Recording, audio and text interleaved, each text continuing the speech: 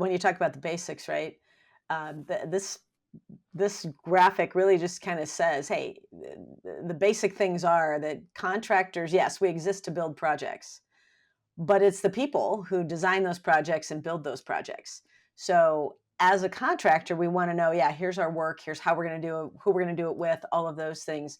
But really, the business of building is aligning those projects with the people that we have. And that's where the manager comes in. That manager is that conduit between here's the work we need to build, here's the people we have to build it, here's the people in the right places at the right time to build this piece of this project at this time. So we just have to remember that it's, yes, the projects get us the dollar volume we might be looking for, those types of things. But it is that manager level that really pulls those together and gets those people to build those projects we want to build. So we have to help that manager in every way we can. And we'll talk about some of those things as we go along. Again, right? What do good job roles look like? How do we marry those up so the manager can understand who's really doing well in those roles, and how we can match that up to the next job that's available, right? That next project we have to do, and moving people from job to job to job, right? As you grow and scale, people have to move around, and how do you know who to move, how to move, and how do you help others make those decisions as well? So that's the way we look at it: is projects and people have to go together. Which brings us to this point, that business of building aspect, and this is, we've covered this before, and we're going to spend some time because it's really foundational to job descriptions. But it's also something, if you've gone through this before twice, it's probably enough. Go ahead and skip to the next section, but we're gonna still cover it because it's super important, and it's something that is constantly changing as you grow. So as contractors grow from 5, 15, 50, 150 people and beyond, what you're really doing is you're delivering more projects to customers each year. You're still delivering projects, but you're delivering more of them. So higher velocity, you need more of a pipeline coming in, you need more estimating capacity, and you need, everything changes. You need more AP capacity, more payroll capacity. You're building larger and more complex projects, so they look quite a bit different. I'm going to give some examples of those, and those require progressively more support systems. And you're going to move back and forth between no purchasing at all to to centralized purchasing at probably a stage, and then you're going to move back to doing projects that are so large that you may even have a lot of payroll functions and a lot of support functions and project accounting functions directly on site paired with that project. So it's constantly moving in that, but that's the business of building. And so just recognize, some of everything that we talk about is going to be examples at various different stages of growth, and mainly the challenges that happen in between stages of growth. So those stages of growth are really about every tripling of headcount. So that's what we kind of, 5 people, 15 people, 50 people, and those aren't super hard lines in the sand. So it's not like right at 15 people, that 16th person, everything has to change. But if you have the same management structure in place as you get to 50 people that you had at 15 people, it can work. And we definitely have seen it work if you have a very knowledgeable, high energy leader that's willing to work 16 hours a day and 6 days a week, sometimes 7. It can absolutely work. And it can be incredibly profitable, but it certainly isn't scalable. It's not going to help with succession, and it probably is introducing risks to the system that could cause catastrophic failure.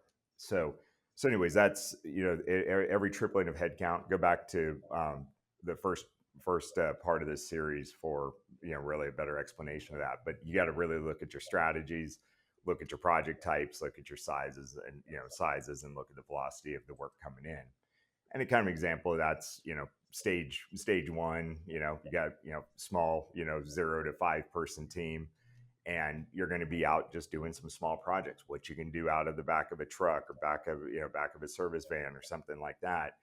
And it might be tenant improvements, it might be small buildings, it might be whatever, single family homes, and that's perfect. That's where every contractor starts. I mean, you can read the 150-year history or whatever of Bechtel. That's where they started, right? One steam shovel, and they're out there doing one little project, one little scope of work, and then you gradually start to build up from there.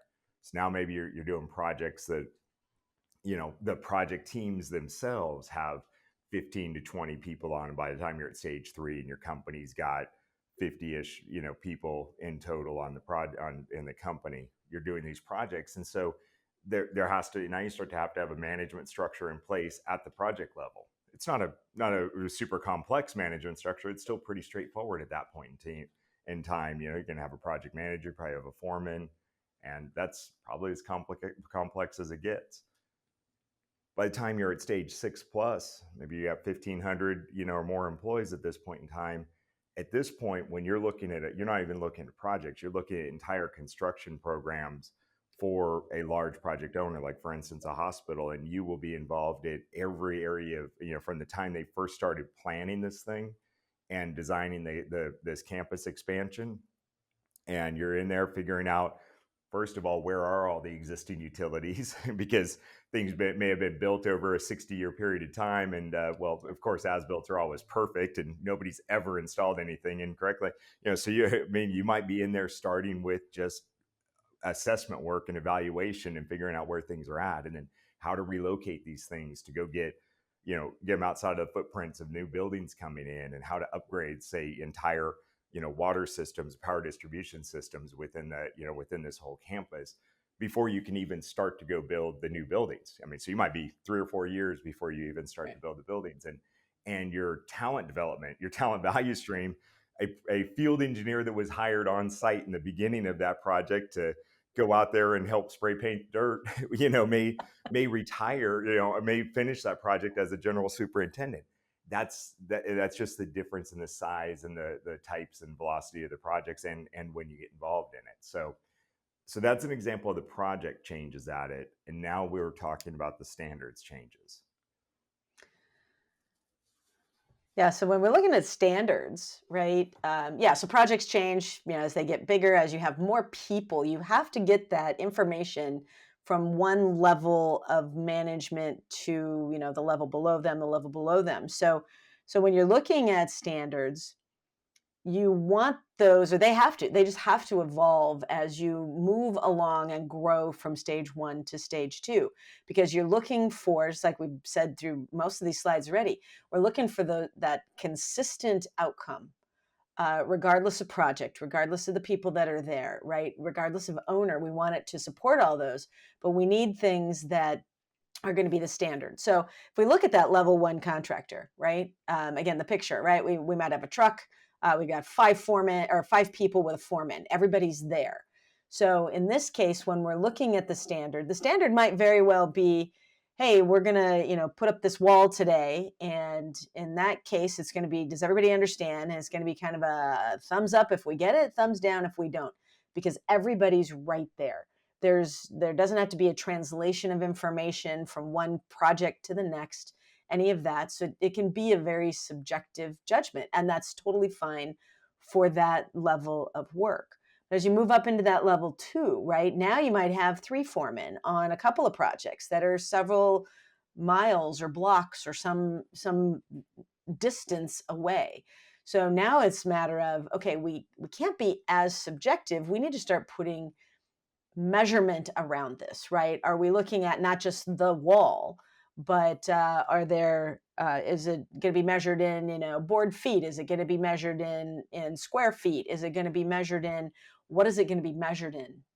How are we going to keep track of, hey, we've got 2 projects very similar, a couple miles apart. How can we tell what the progress looks like? So our standards are going to be based on a metric that makes sense for the work that we're doing. And again, it's 2 or 3 crews, a little bit easier to keep track of. When you start moving into that level 3 growth, now it's a matter of, we're not just going to measure this wall going up or this concrete being poured or this asphalt being laid. We're going to actually talk about the procedures and how we're going to do this work, because the standard is, that we're going to test for certain things, or we're going to, measure twice, cut once kind of thing. But there's real procedures on how to do it, so that the foreman, as you get to that 150 or 50 people in a stage 3 contractor, that when they're doing things from one job to the next, that is a consistent work product that is being done, and they know when they go to the next job and it's similar, those are the procedures on how we're going to do it. We are then going to measure it from that, and it moves out of the less subjective and more to the repeatable kinds of things that can be done. Now, when you go from that, say 50 employees, and again, the tripling of headcount, so now we're at, say, 150 employees. Now we don't just have a process, right? We just don't have a procedure to do it. We don't have just metrics, but we start looking at, okay, there's probably a range in there, right? It's for any of those tar babies out there. I was born and raised on heavy civil. When we were putting down hot asphalt, it was a matter of, you had a plus or minus of, a quarter inch. Uh, those types of things. What are those variability ranges that are still acceptable, that we are measuring against, that says, yes, we are still in compliance, we are still within the procedures, those types of things. Because again, just telling people how to do it and measuring it, we have to tell them what success looks like. And in that case, we're doing it in kind of those ranges of measurement against that standard. When you move in now, we've gone to that 500 kind of person organization. Now is where you start to look at, okay, here's the procedure on how we're going to do this one thing. Here's a procedure on how we're going to do something else. Now we're looking at full workflows, right? How does the project progress from one to the next, and what are the connections between those? If we're going to, we're putting in an on ramp on a freeway, right? The workflows you're looking at are very tangible, right? First, you have to get the old concrete out. You have to smooth out the base. You have to put in your rebar. There's workflows that happen there. But as you get into bigger and bigger organizations with more and more people, with more and more layers of management, now you're actually looking again at how those workflows move between divisions of work. What does that look like, and how do we keep those workflows happening from one, say, division manager, area manager to the next? And how do we make sure that they connect one to the other, right? It gets to be a bit more of an organizational level thought process beyond just the tangible work process. Then, of course, you get to the level 6, and now it's a matter of, okay, we really have to get management involved. And as we're doing this work and we're watching the how-tos and we know how to do it, we understand the range in which we have to work, we understand how this workflow connects to the next, how the work, is going to be laid out and put together. Now comes the, hey, are we assuring that our quality is there, and are we controlling the quality that we're putting in? How do we get that back to the people to either update a standard if it's not quite right, or to give performance feedback on, are we really leveling out at that? And this is where we really get management involved in what is working, what is not. How do we move that knowledge from even one region to another? But in this case, it really gets to be all about the gathering of the information, but then the feedback, so that that loop of information can make changes, across an organization, and not just, again, level 1 contractor. You can make that immediate change by just going, nope, thumbs down, that's not going to work. It's an entirely different animal when you're working in that 1,500 plus type organization. So, David, I don't know if you had some other takes on that, but yeah, there's a lot going on there just to get standards working at the level, the size of organization that you are.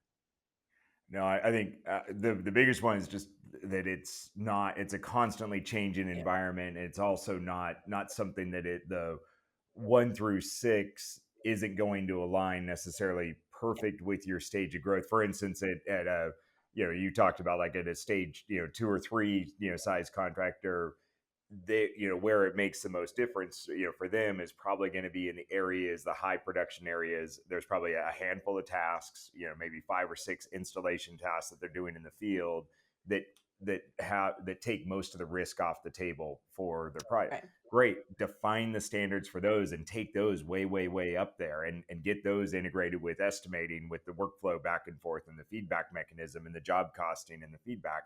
That's going to have the maximum impact. A lot of the other stuff across the company is going to be, hovering, even, when you're a stage 3 contractor, when you look at their whole business model, a lot of the other standards for how you do things are going to be hovering somewhere in that 1 to 3 range. That's totally okay. By the time you're over at stage 6, you're going to have, you're going to have a lot of functional areas of the company, things that you couldn't even imagine before, like a contract administration department. You're going to have a whole department. They're going to have their own workflow in there, and they're going to have variability ranges and procedures and metrics and production metrics and all kinds of things that you never even really think about when you're first starting out. A contract looks like a handshake at stage 1, and that's appropriate as it should be. So it's like, it's just something that you go back and forth, and you also lose it. There's some loss always generationally, Right. as when there's a turnover. So, I mean, even if nothing else has changed, but all of the people that originally created it are retiring or gone or not anywhere near the same role or position anymore. Yeah, you just kind of got to start over at the ground level, thumbs up, thumbs down, and start moving forward. So, Yeah. anyways, we'll talk a lot more about it, but this is the foundation of job roles. So thanks for paying attention.